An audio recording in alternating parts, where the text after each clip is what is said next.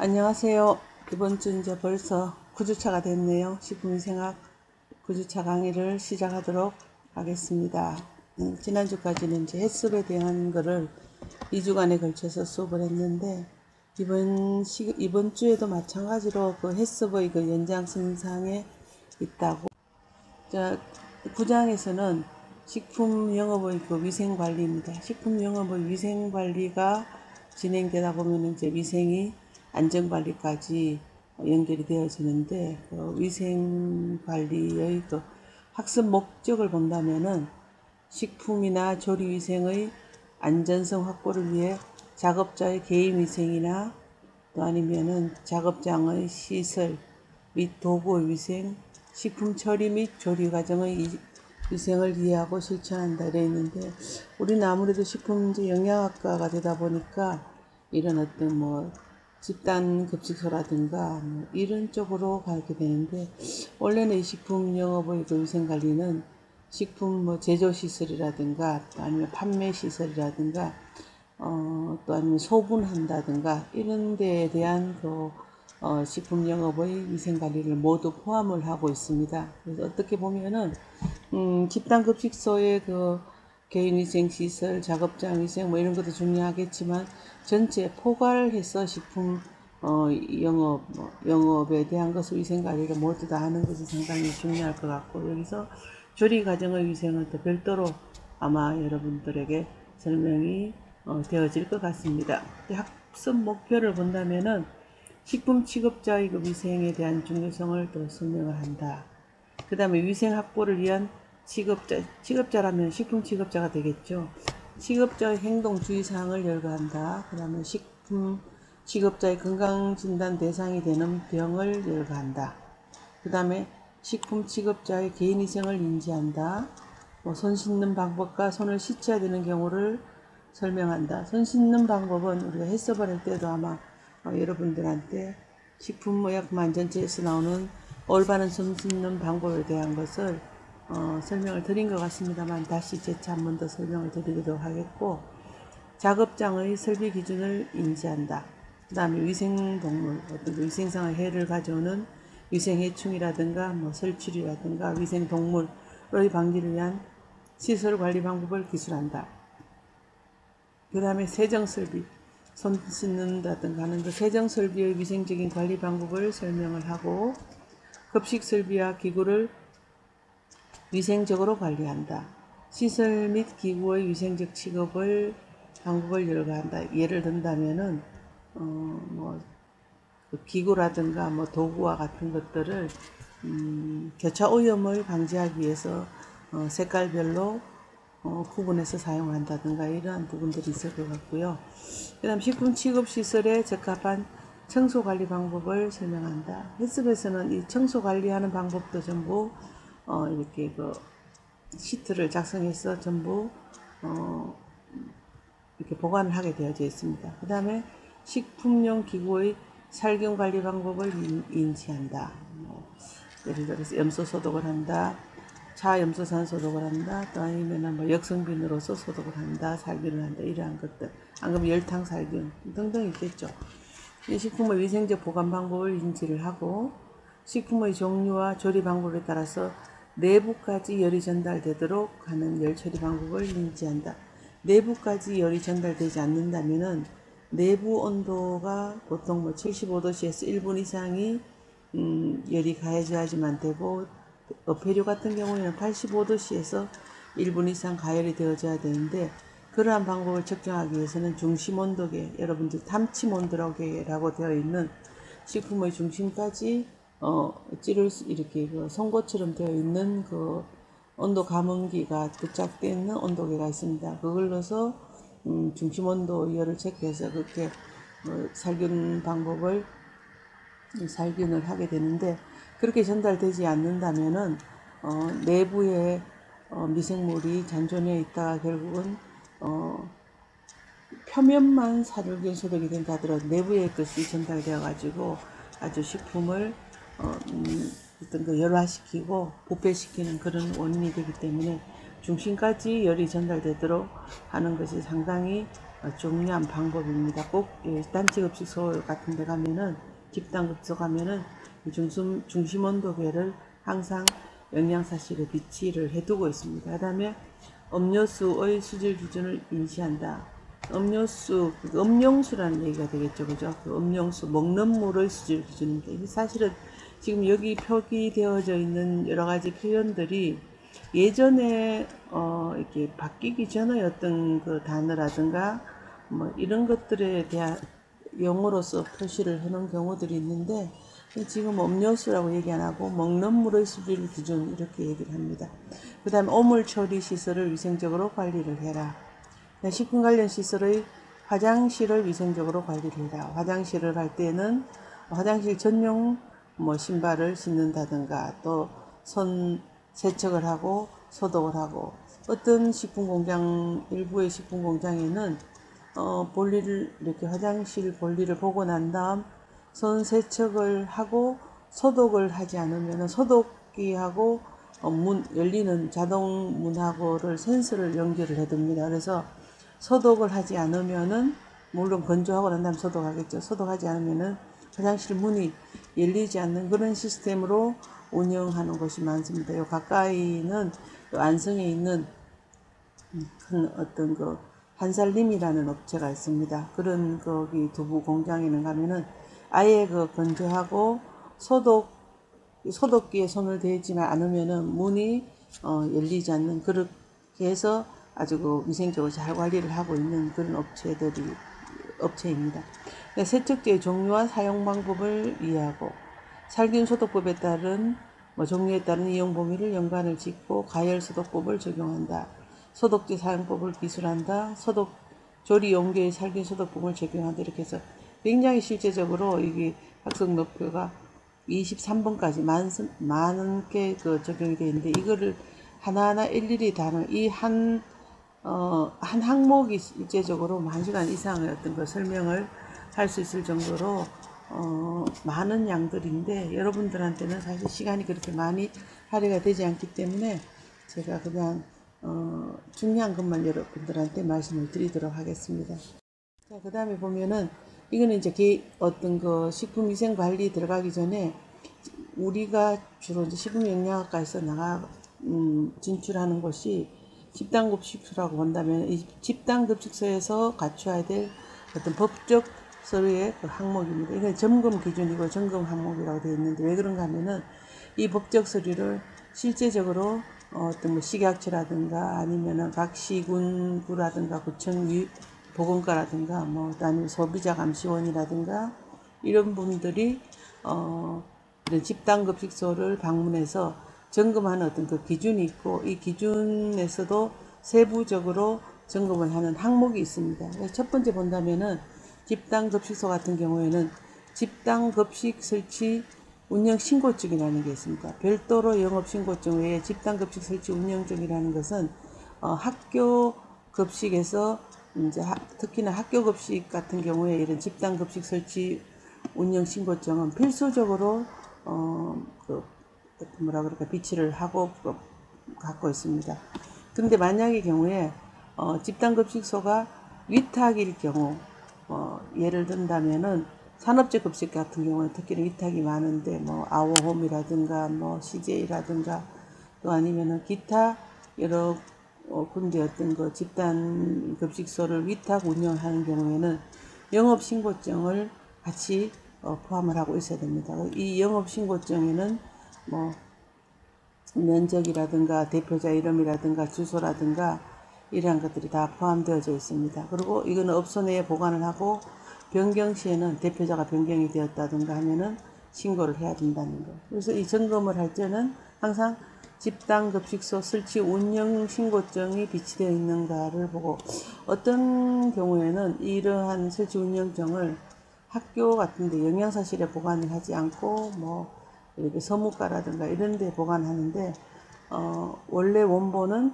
영양사실이라든가 그 급식시설에 설치 운영증을 비치를 해야 되는데, 만약에 원본이 아니면 사본이라도 복사를 떠서 집단급식소 설치 운영증이라고 비치를 해둬야 됩니다. 그 다음에 명칭이랄까, 설치 운영자, 어느 고등학교라면은 그 교장 선생님이 되겠죠. 그죠? 그래서 설치 운영자의 성명, 그 다음 명칭은 고척중학교, 설치 운영자는 홍길동, 소재지는 어디다.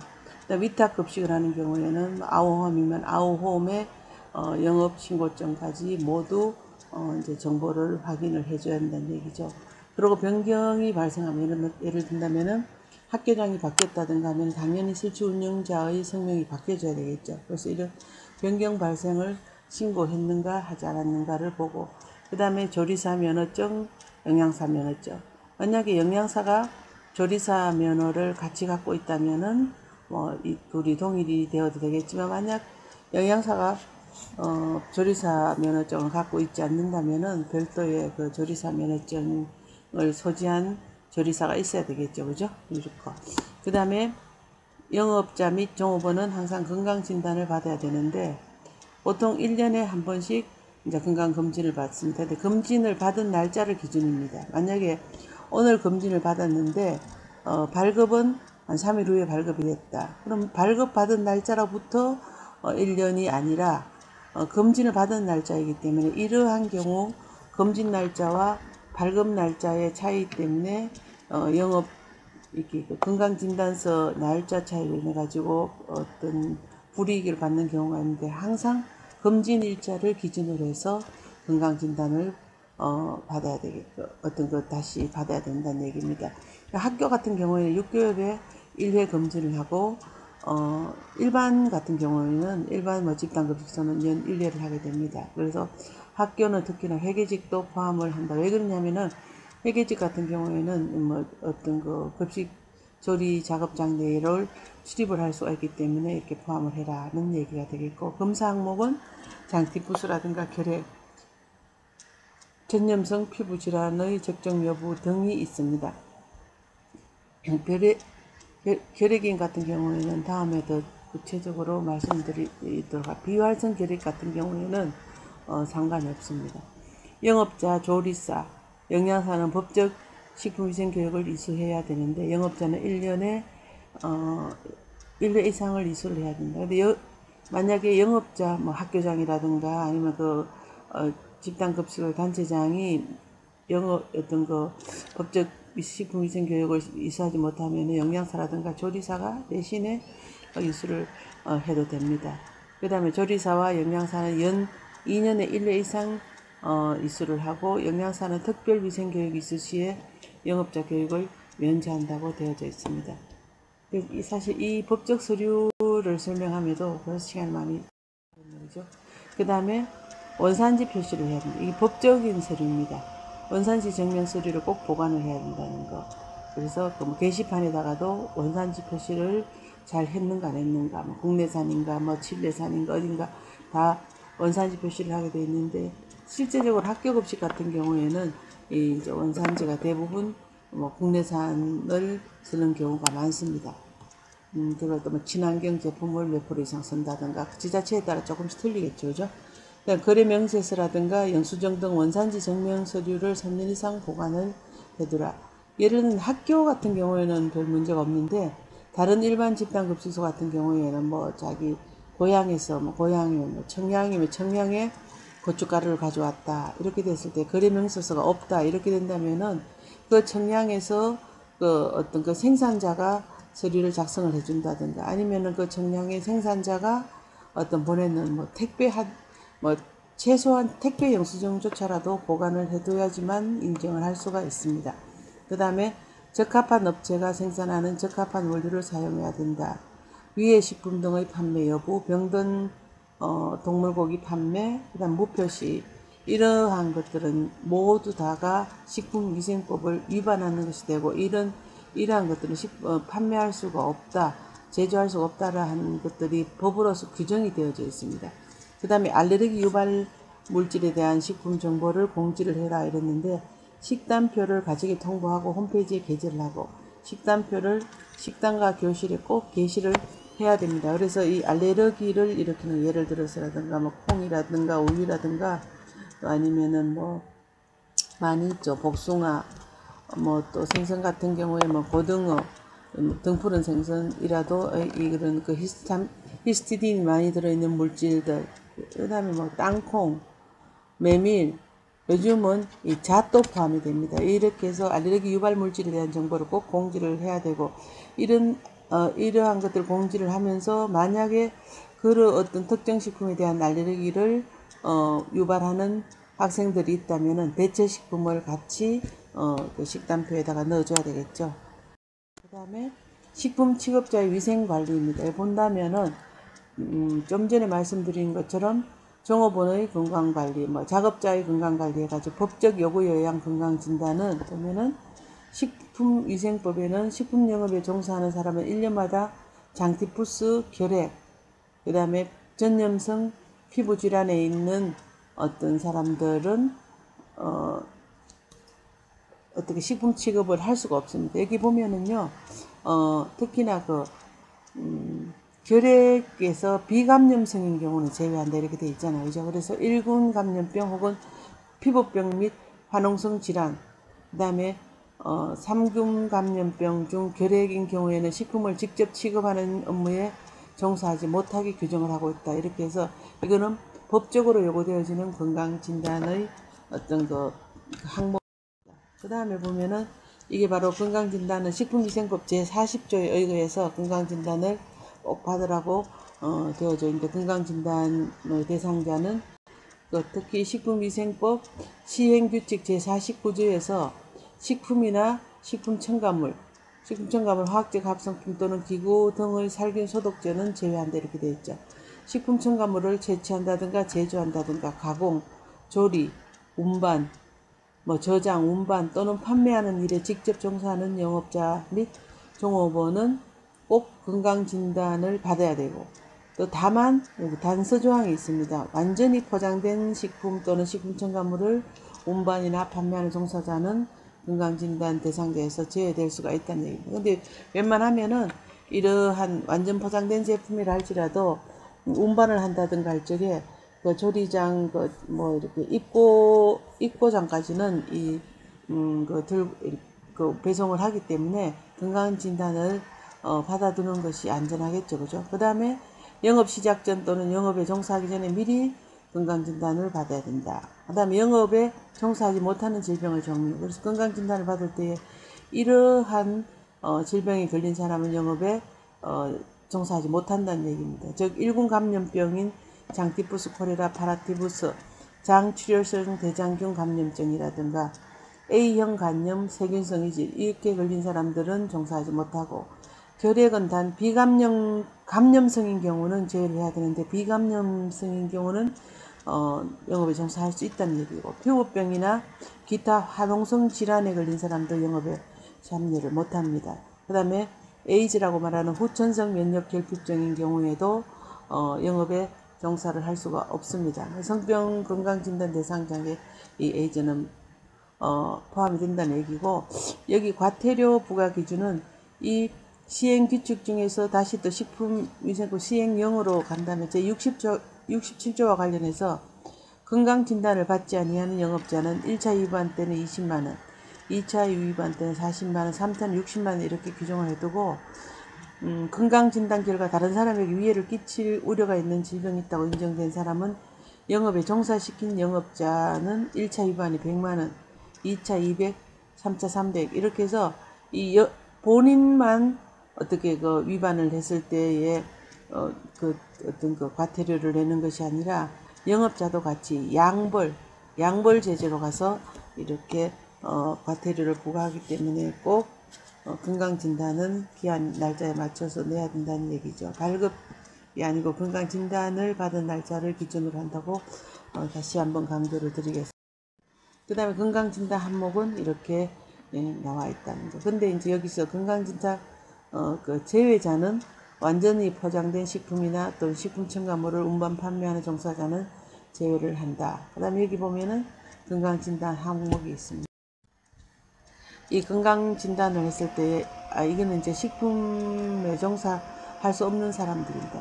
손상처라든가 건강관리 등 작업중에 검사를 이렇게 손검사를 해봅니다. 그죠? 그리고 건강은 식중독 증세를 일으키는 설사구토 복통을 일으키는 경우, 손에는 매니큐어를 칠한다든가 반지라든가 시계, 팔찌 등 장식물을 착용하지 않아야 되겠고, 손 상처도 있으면 안 되겠고, 복장은 위생모자, 위생장갑, 마스크, 신발, 앞치마 등이 되겠는데, 이렇게 보고 여기서 발열이나 설사, 복통, 구토의 경우에는 식중독이 의심되기 때문에 조리 작업에서 배제를 하라는 얘기입니다. 자, 그 다음에 종업원의 개인위생 수칙은 여기에 보면 나옵니다. 머리는 매일 감고 긴 머리는 묶어라. 그 다음 묶고 이렇게 모자는 다 그냥 머리카락이 나오지 않게끔 해줘야 되겠고, 귀 머리카락이 보이지 않게 착용을 하고, 망사 모자는 피한다는데 망사 모자를 쓰는 경우는 머리카락이 밖으로 나오기 때문에 엄격하게 관리하는 데는 안에 망사 모자를 쓰고 겉에 모자를 이중을 한 번 더 쓰는 경우가 많습니다. 화장은 지나친 화장이라든가 향수, 인조, 속눈썹 등은 착용하지 말라. 장신구 착용하지 말라. 마스크는 코까지 덮어 쓰라. 이렇게 되어 있죠.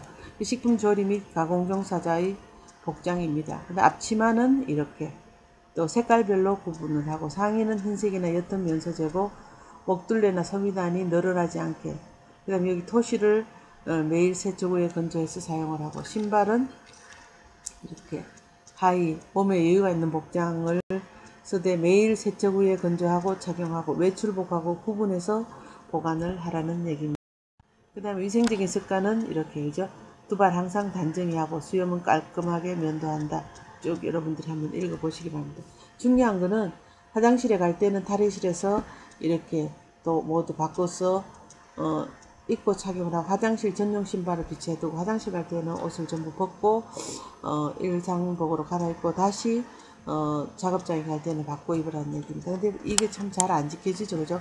화장실 갈 때도 그냥 위생복 그대로 입고 가는 경우들이 있지만, 그 다음에 개인위생 관리는 함께 실천해 봅시다 해서, 작업장을 출입하기 전에는 위생적인 복장을 착용을 해라. 그래서 위생복이나 위생모자, 위생화 마스크도 올바른 착용 방법을 준수해서 지켜야 되겠고, 그 다음 작업장 입시를 할 때는 개인 소지품이나 사무용품을 금지한다.